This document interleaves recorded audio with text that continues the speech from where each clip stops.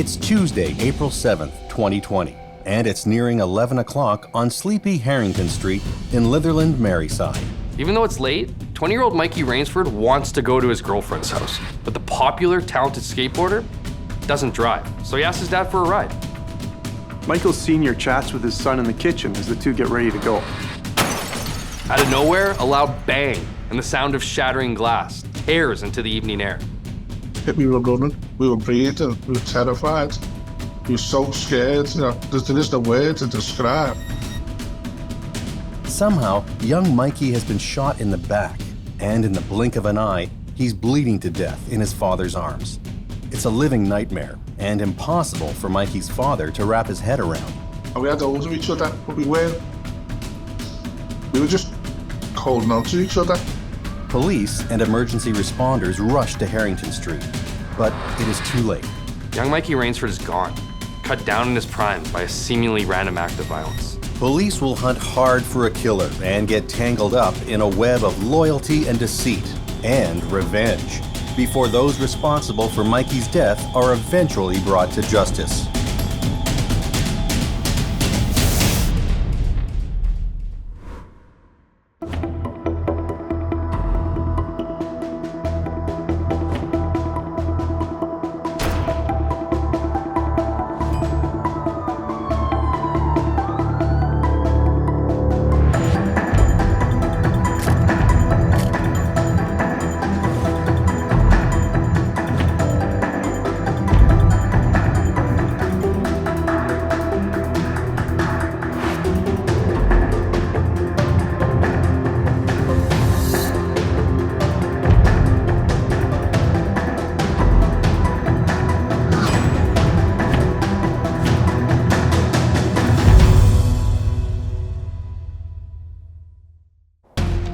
Liverpool, one of England's great cities, an industrial and economic power with an internationally renowned football club, and the home of the Beatles.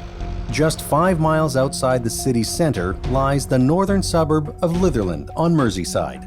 Litherland is the sort of sleepy community most Brits would be happy to call home. Red and brown brick houses, country lanes and public parks, all built along the Mersey River. Small townships like Litherland are traditionally safe, middle-class neighborhoods and places where working class can raise their families in peace. And that is just what Michael Rainsford Sr. had in mind when he moved to Harrington Street to raise his young family. Mikey Rainsford is the sort of young man any parent would be happy to call their son. A popular boy and a devoted older brother to younger sibling Josh. But Mikey hadn't always been so outgoing. Mikey was, as a child, was very shy. Never stood up, in school plays or Christmas nativities or Easter or any kind of occasions. Mikey would always be the one that would be hiding. He would never put himself up for anything. He was very, very shy. Mikey was born in the year 2000, the oldest son of Michael Rainsford Sr., a tile worker. At first, he was an unusually shy child. That all changed the first time he set eyes on a skateboard.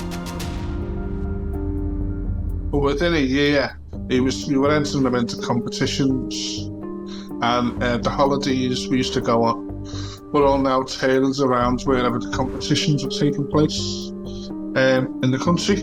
Mikey's skill as a skateboarder is phenomenal, and the way to get noticed is to make videos, create an online presence. I mean, photography was attached to the skateboarding because he wanted to capture the best way of capturing the picture, flying through the air or twisting through boards and getting as high as he possibly could. So he wanted to see the trick from every angle. Skateboarding is young Mikey's all-consuming passion, and when he isn't in school or helping out at home, he can be found at the local skate park, Rampworks.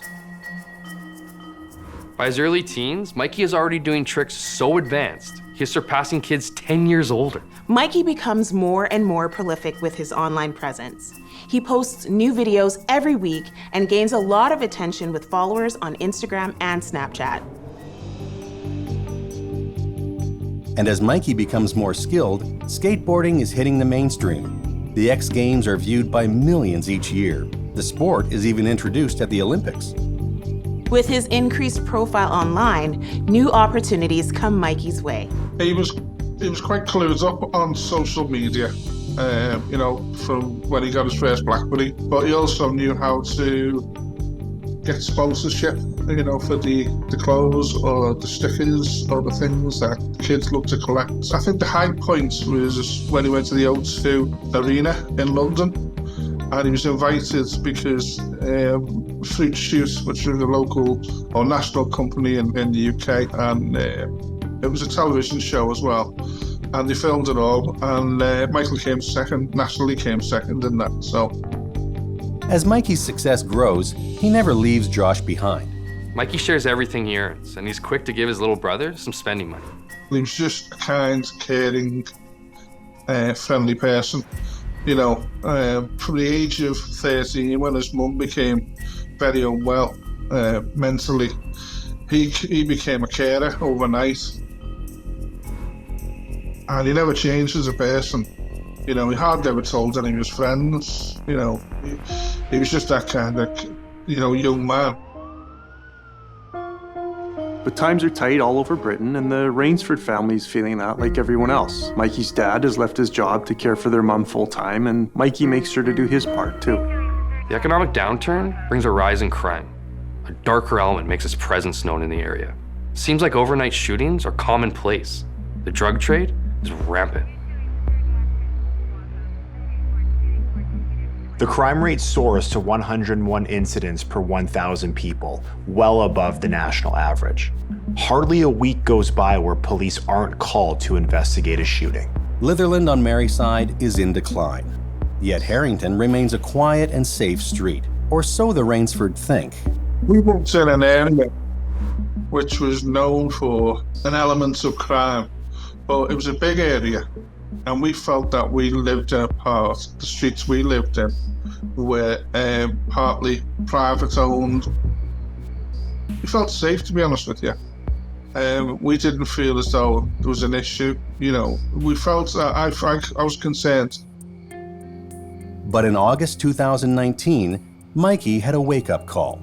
He was standing by their front door. All of a sudden, he told me that a motorbike came around the corner with two people on the bike, and one person had a machete on the back of the bike. So they got very scared, very terrified, quite rightly, very quickly. And Michael jumped on his pedal bike and rode home as fast as he could. He came through the garden and came through the door, and he looked terrified. We didn't realise, but they'd followed him home on the motorbike, and they were now outside revving this motorbike. Mikey worries for his and his little brother's safety, but moving just isn't an option. He didn't like the area we were living in, but unfortunately, at the time, there wasn't a facility ever to just change addresses, move addresses, and we never ever heard anything again. We called the police, we logged it, we reported it. That was the last we ever heard of it. The family is shaken, but they move on. Mikey avoids any further run-ins with the local gang element. We heard that there was one gang. If there was a gang, we never saw anything. Whatever was going on, never witnessed anything as a parent. Things are back to normal, and on April the 6th, the following spring, the family gathers to celebrate Josh's 16th birthday. Of course Mikey makes time. He's there taking photos and lavishing his little brother with attention. It is the last time they will all laugh and celebrate together. It's Tuesday, April 7th, the day after Josh's 16th birthday. Mikey packs his bag in the kitchen. He was going to see his girlfriend. He's had a girlfriend for about a year now. And he was seeing her most nights, and he just finished a college course as well. Mikey asked his dad for a ride, but it's already after 11. His dad wants to get to bed. And I walked out into the kitchen and I said, are you going to be long, or how long are you going to be? Waiting to go to bed, but I never finished the sentence. Two bullets come through the window. Just the loudest and the most ferocious noise I've ever heard in my life. And we had hold of each other. We were just holding on to each other because I now realised that Michael had been hit. by those bullets that had come through the window, and I lost it. Josh hears the gunshots and comes running. He dials 999 and the call comes through at 11:10 p.m. Emergency services can hear Mikey's dad in the background. Josh is yelling that they don't know if they're safe in the house, and he's worried whoever shot into the kitchen may come back. I was screaming so loud to help us to come here as soon as you can. They were asking us to see where the bullets, where there was any wounds anywhere. We could only see one in his chest, and we could see one in the back. Josh tries desperately to press a towel on his brother's body to stop the bleeding. Over the phone, emergency services instruct Mikey's dad on how to perform CPR. They were trying to instruct me how to give him CPR, so I was trying my best. We were screaming at him to stay with us. He made this noise, a roar, and it was a roar of somebody who didn't want to die. And then his face just went grey, his eyes rolled back.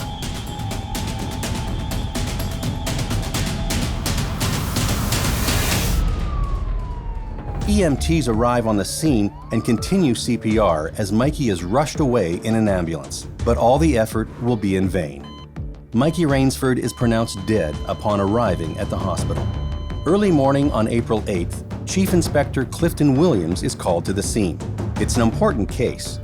A late-night random shooting of a young man through the kitchen window of his home will, understandably, put this whole sleepy suburb into panic.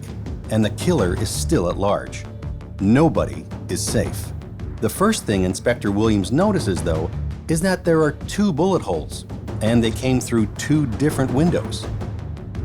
While it may seem like it was at first blush, this was not some random shooting. Mikey Rainsford was targeted.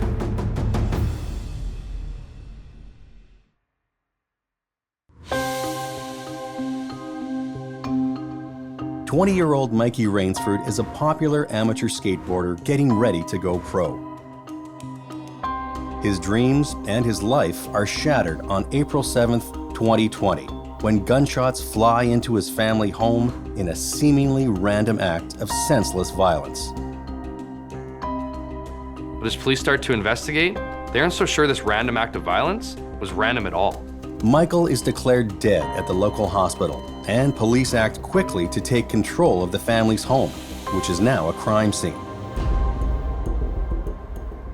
Must be 10 minutes after that, and he just walked in and said, "Sorry to tell you, your son's dead. Your house is a crime scene. You're all gonna have to leave." Mikey's dad doesn't want his wife to see the blood and bandages left behind after his son is taken away. So he drapes a towel around her and guides her out of the house. We went to my sister's. We stayed there for about a week. But we were in a cocoon, we were in a bubble. And, we didn't know what was going on for a long time.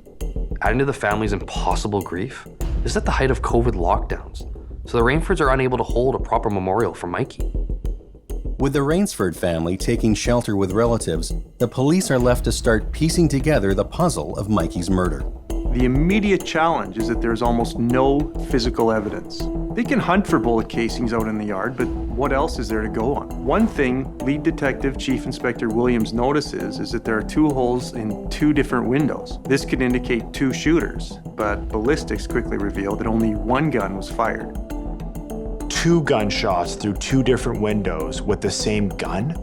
That indicates only one thing. The shooter was aiming for the same target both times. And that target was moving. Those bullets were meant for Mikey Rainsford and Mikey Rainsford alone. It has all the markings of a gangland hit, but it doesn't add up. A hit like this on some skateboard kid in Litherland? Police inspect Mikey's room for any of the usual signs of gang activity, but they find nothing. No weapons, no cash, no drugs, nothing to indicate he was involved with crime in any way. The murderer's assumption that, he must have been part of a gang. When the police showed he wasn't part of a gang and he wasn't involved in any of the incidents.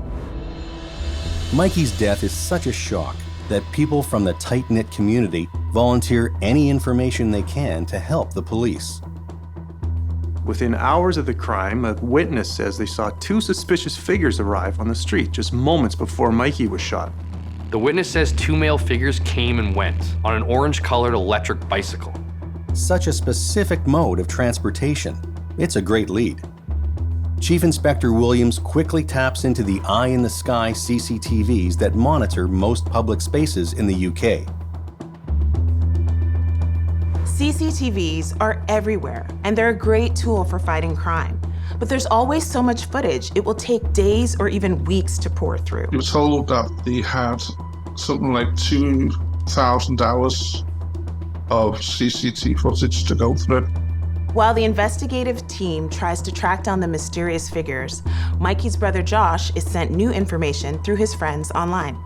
Chatter on Snapchat and Instagram revolves around who was responsible for Mikey's death. And in the first couple of days, we got the name ourselves through social media. We got these two nicknames, within hours of Michael's murder. Because Joshua was able to gain access to my sister's computer and get online to speak to his friends, and the name came back, Pip and Worm. These two nicknames, didn't even know what they were or what they were. Josh receives messages online saying the people who murdered Mikey go by Pip and Worm. With the dead-end lead of Pip and Worm, police are stalling out. CCTV footage is still days or weeks away, and investigators have little to no physical evidence. A duty officer reports an incident where bricks were thrown through a window on a nearby Rossini Street. It is a place the Merseyside police know all too well. The home of James and Michael Foy.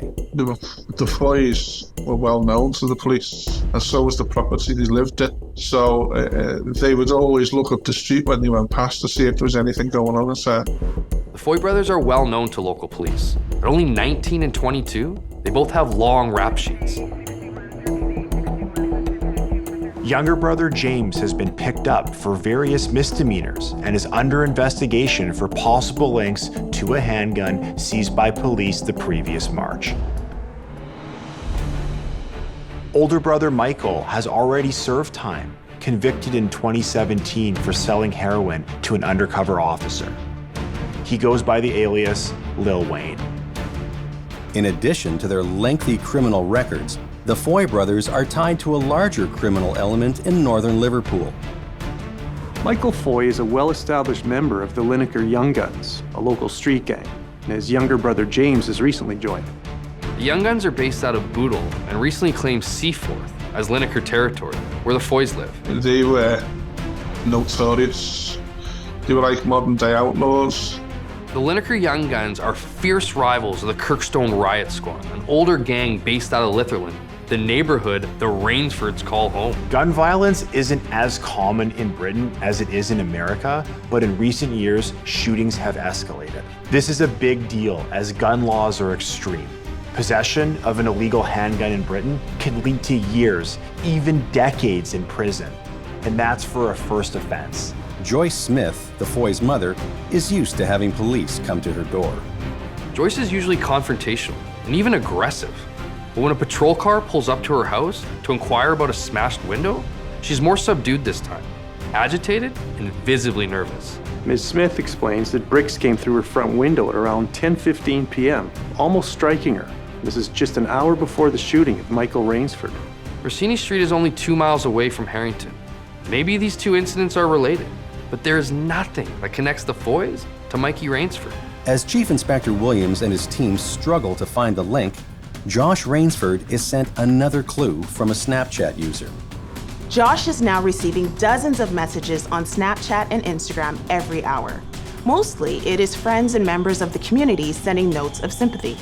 But one post stops him cold in his tracks. The Snapchat post is a photo taken from the back of an electric bike. It also has a written message. Tell your mar, duck. Don't use bricks. Bang, bang. The message comes from an account with the username Pip. Investigators question who's behind the username Pip, along with the hope they might know more about who's behind this senseless murder.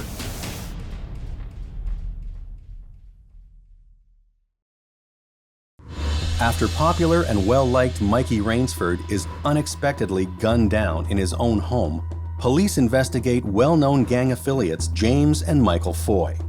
In addition, Mikey's little brother Josh is shown an ominous Snapchat message posted moments before his brother was shot. And it was all about this bike and this comment, this Snapchat message. Tell your ma, don't use bricks. Bang, bang. We didn't know anything about bricks, but we found it weird that there was these two bang, bang emojis. So that was passed over to the police. The problem with the Snapchat message is that it is designed to erase itself 24 hours after being sent. That's the whole gimmick. So now it is a race against time to find who posted the message. The UK leads the world in CCTV cameras. The country has installed closed-circuit televisions in almost every public space since the 1970s. It's hard to go anywhere in Great Britain without being filmed. Police have over 2,000 hours of footage to pore over. Finally, they find what they're looking for. It's two males on an orange electric bike. And it's clear as day. The riders are James and Michael Foy. It's a big step forward. This CCTV footage puts the boys in the area at the time of the shooting, but it doesn't place them on Harrington Street itself. Although suspicious, riding around your neighborhood doesn't make you a killer. This could all amount to nothing.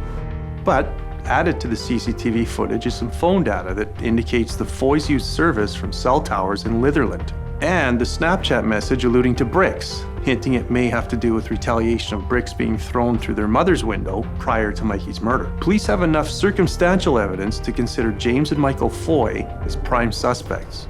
With the puzzle pieces starting to come together, Chief Inspector Williams creates a timeline of events. Approximately 10:15 p.m., a brick is thrown through the front window of the Foy house on Rossini. Then two more. Then, a threatening Snapchat message is posted by Pip. There is more than enough time for the Foys to have made their way to Harrington from Rossini, especially if they were riding an electric bike. At 11:07 p.m., two shots are fired into the Rainsford kitchen on Harrington Street in Litherland. Police believe that immediately after the bricks come through Joyce Smith's window, she called her son Michael. James Foy can be seen riding an orange bike alone on CCTV footage just after 10:15 p.m. A few minutes later, another camera shows her brother Michael riding with him in the direction of their mother's house. The speculation is that the two brothers go together to check on their mother. Michael and James Foy are gang affiliates, and this type of attack reeks of gang action. This could be the work of the rivals, the Kirkstone Riot Squad, who operate out of the nearby neighborhood of Litherland. Where they lived, a brick had been thrown through the window. They'd come back round to investigate after phone calls with the mother. The Foy brothers are hardened criminals, and the attack was personal. The brick almost hit their mom.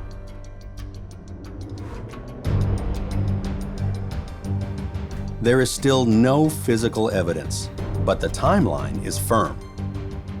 At around 10:40 p.m., CCTV cameras catch the boys riding together on an orange Sur-Ron bike. They're heading in the direction of Litherland, the home turf of Kirkstone Riot Squad.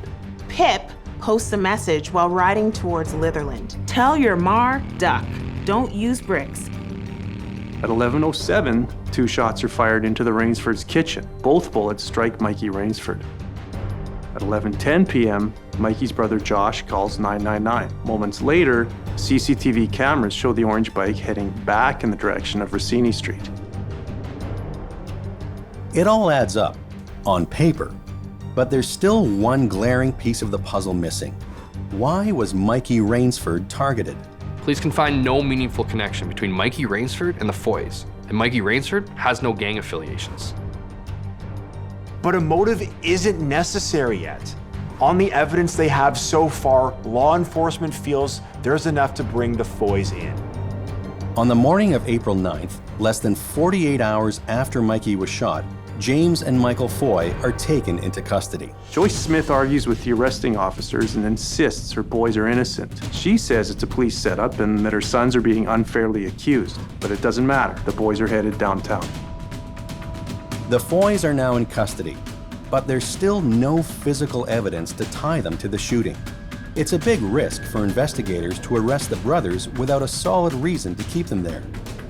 Police scour the Rossini Street house looking for any sign of the orange electric bicycle. and they absolutely turn the house upside down looking for a gun. It's nowhere to be found. Although police have James and Michael Foy right where they want them, for now, it's looking more and more like these suspects could slip right out of their hands.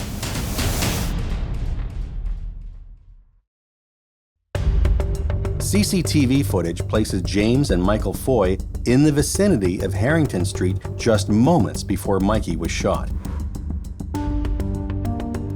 But neither the electric bicycle or the handgun used in the murder are found in the Foy home on Rossini Street. It's not looking good for the police to keep the Foy brothers in custody without a stitch of direct evidence connecting them to the crime. As officers scour the Foy's home, James Foy is questioned about the unusual Snapchat message. He says he knows nothing about it. It should just be a matter of going through James' phone to prove that he was the one who made the post. But Chief Inspector Williams faces another roadblock when James Foy explains he unfortunately lost his phone just one day earlier.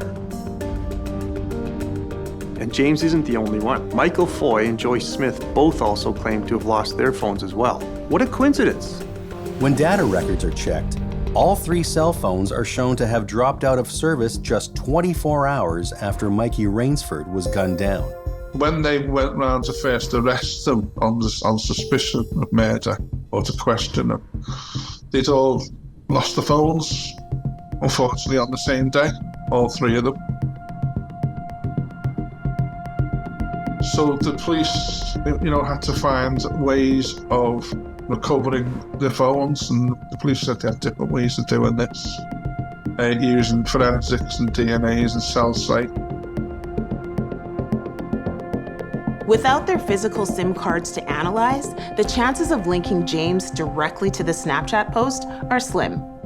Police are still sitting only on circumstantial evidence. Their best hope now is to keep talking to James and Michael and see if they can trip them up on their stories or catch them in a lie. The chief inspector starts by asking Michael about his whereabouts on the night of April 7th, 2020. He initially says he was out with his girlfriend. At first, he even denies that his mother called him to tell him about the bricks going through the window. When questioned about the CCTV footage, James tells a different story. He says he was actually out with Michael looking for materials to repair the damaged window, while Michael, shown the same surveillance footage, denies it's even him and his brother on camera. He says he knows nothing about the orange Sur-Ron bike. But Detective Williams has a surprise up his sleeve. Officers recovered a receipt from the Rossini Street house, and it's for the sale of a Sur-Ron bicycle for £3,000. Williams knows it's a bluff. The receipt is another piece of circumstantial evidence and isn't enough to hold up in court. But the Foy brothers have been caught in a lie.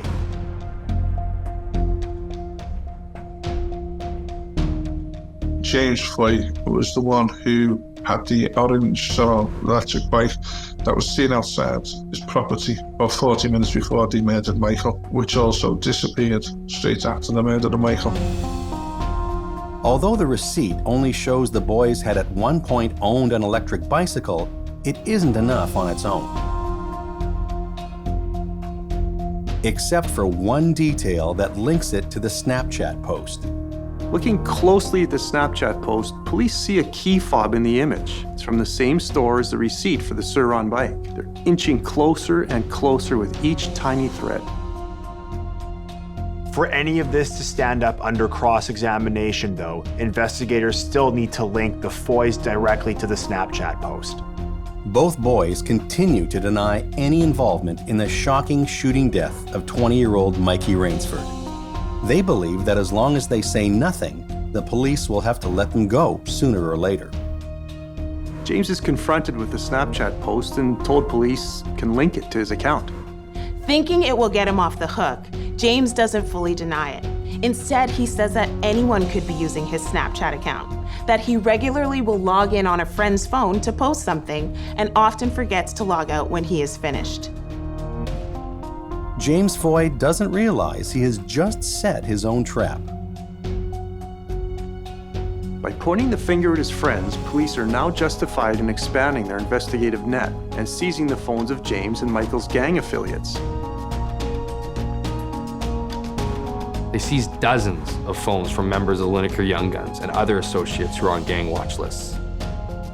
The defendant's friends who hadn't thrown the phones away because they weren't suspects in a murder, but because they were able to look through their phones, they were able to find this message that could have and should have deleted itself after 24 hours, but because one person, one of their friends, had kept hold of the message in his phone, the police were able to find this message within the phone. Snapchat messages are designed to self-delete. But what James Foy doesn't realize is that if someone comments on a post, their phone actually saves a record of that comment. And sure enough, in the phone belonging to a friend of James, they find the Snapchat message posted by James Foy's account. The comment was made at 10:56 p.m., 11 minutes before Mikey was gunned down. But that isn't the only phone police have seized. They've also taken the phone of the Foy's uncle, Craig Johnson, and here they discovered photos of an orange Sur-Ron bike stored in Craig's garage. The pictures are dated April 11th, placing the bike on their uncle's property 4 days after Mikey was shot. The text was sent on April 12th and alludes to Van Man making a visit to Craig Johnson's home. The pieces are slowly starting to come together, and the puzzle is finally starting to take shape.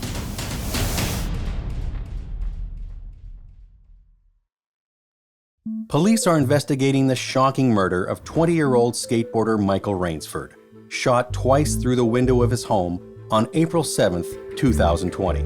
They've arrested 2 suspects, brothers and gang members, but so far they have limited evidence to keep them in custody.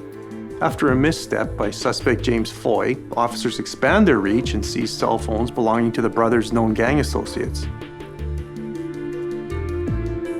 A time-stamped comment from 10:56 p.m. on April 7th confirms that it was James Foy's Snapchat account that posted an ominous warning that night. Tell your mar, duck. Don't use bricks. Photos are also found on the phone of Craig Johnson, the Foy's uncle, showing an electric bicycle, just like the one witnesses saw outside the Rainsford home, stored in his garage. With this new evidence, 3 more people are brought in for questioning. Chief Inspector Williams has photos that imply Craig Johnson is hiding evidence. Now it's time to try and catch him in a lie too.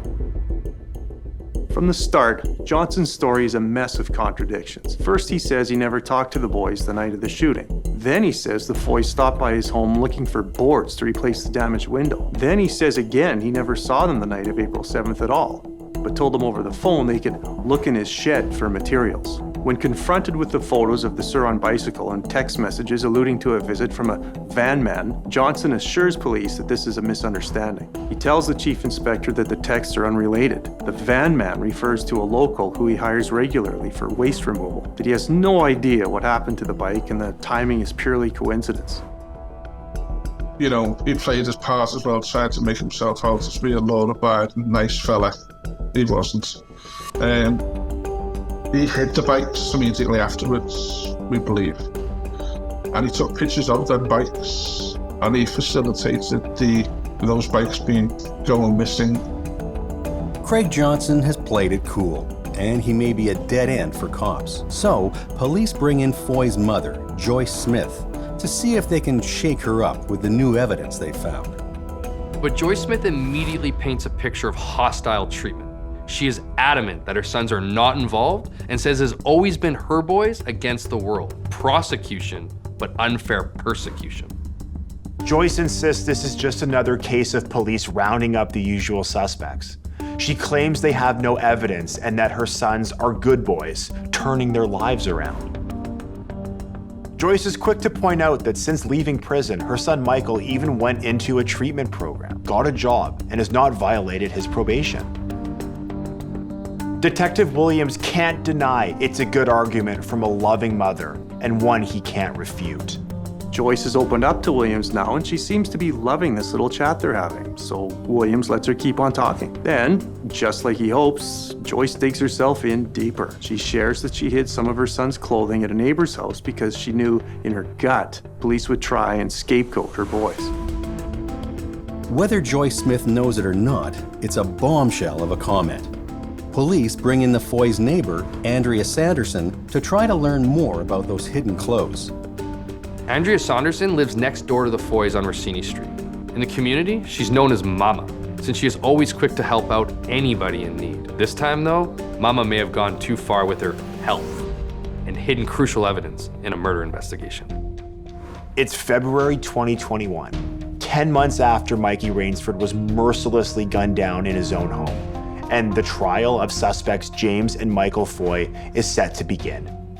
Both have been charged with murder and illegal possession of a firearm and ammunition.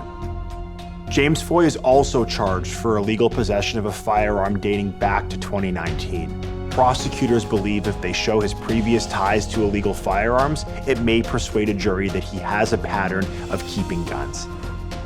Joyce Smith, Craig Johnson, and Andrea Saunderson are all also brought up on a charge of perverting the course of justice.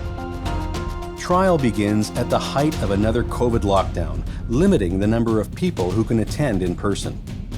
Because inside the court itself, you're only allowed 2 people per person. We were allowed something like, I think we were allowed 4 people in total. Because there was 5 defendants, there's a lot more people supporting the accused than there was supporting the victims. And this was during COVID, so everyone had to sit 2 or 3 chairs apart. But it was surreal because, you know, everywhere was on a kind of lockdown, so there was only us and them in this huge court building. With limited physical evidence and a hostile court environment, Crown prosecutors have their work cut out for them. The police and lawyers have done their best to prepare, but ultimately, at trial, it all boils down to whose word the jury believes. The Rainsford family fear they may never see justice done.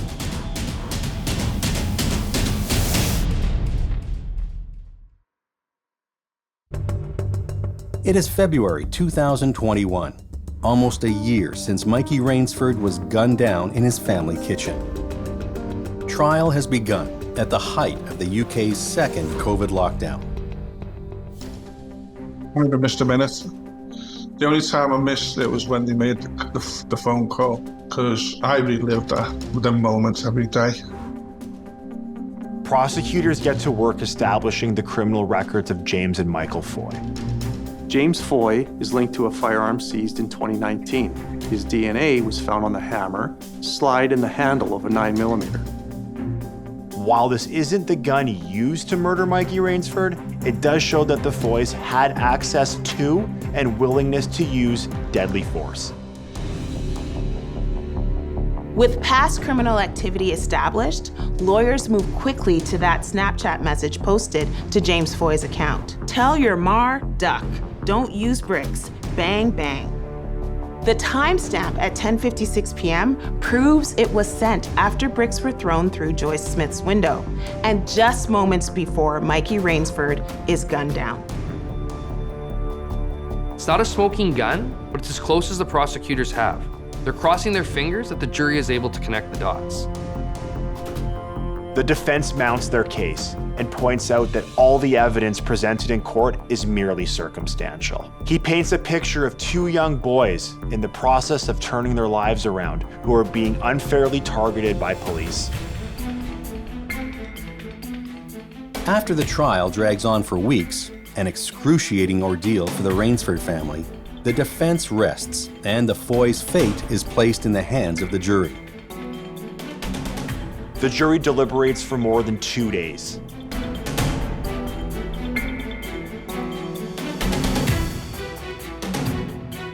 And while they tried their best to portray themselves as innocent victims, the jury was not fooled. James and Michael Foy are found guilty of murdering 20-year-old skateboarder Mikey Rainsford. Before the judge hands out sentencing, James Foy asks to address the court. James Foy, the younger of the 2, turned around to his barrister and said, telling them, I fired the shots that killed Michael. It's a chilling and unexpected shocking blow for the family of Mikey Rainsford.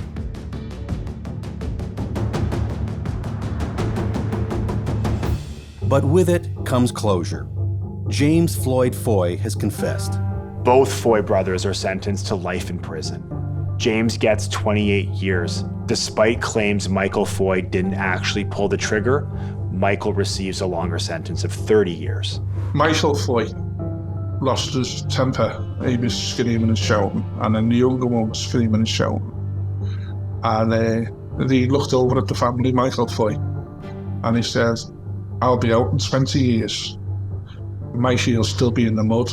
And that really upset me, that comment. And he got, he just gone through all the trial saying he didn't know who he was, or, wasn't them. And there he was saying my son's name. As it transpires, they didn't know who he was.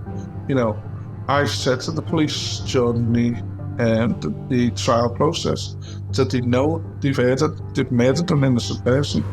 And they went, "Oh yeah, they know, we've told them." The other accomplices are all sentenced as well, guilty of perverting the course of justice. Joyce Smith gets 2 years and 6 months for helping get rid of the SIM cards and cell phones. Their uncle, Craig Johnson, receives 3 years for disposing of the bicycle. Because the clothing she hid was found to be unrelated to the shooting, Andrea Saunderson receives an 18-month sentence, which the judge suspends on the condition she attend 20 days of rehab. Went outside and detectives were all high-fiving and shaking hands. And, it'd been a success to them. All I could think of was, doesn't bring Michael back. We've got the killers, they're going to jail for most of their lives. But we'd lost the most precious thing for no reason, and he wasn't coming back, ever. And as the Rainsford keep the light of their son alive in their hearts, they can take cold comfort in knowing Mikey's killers are finally caught.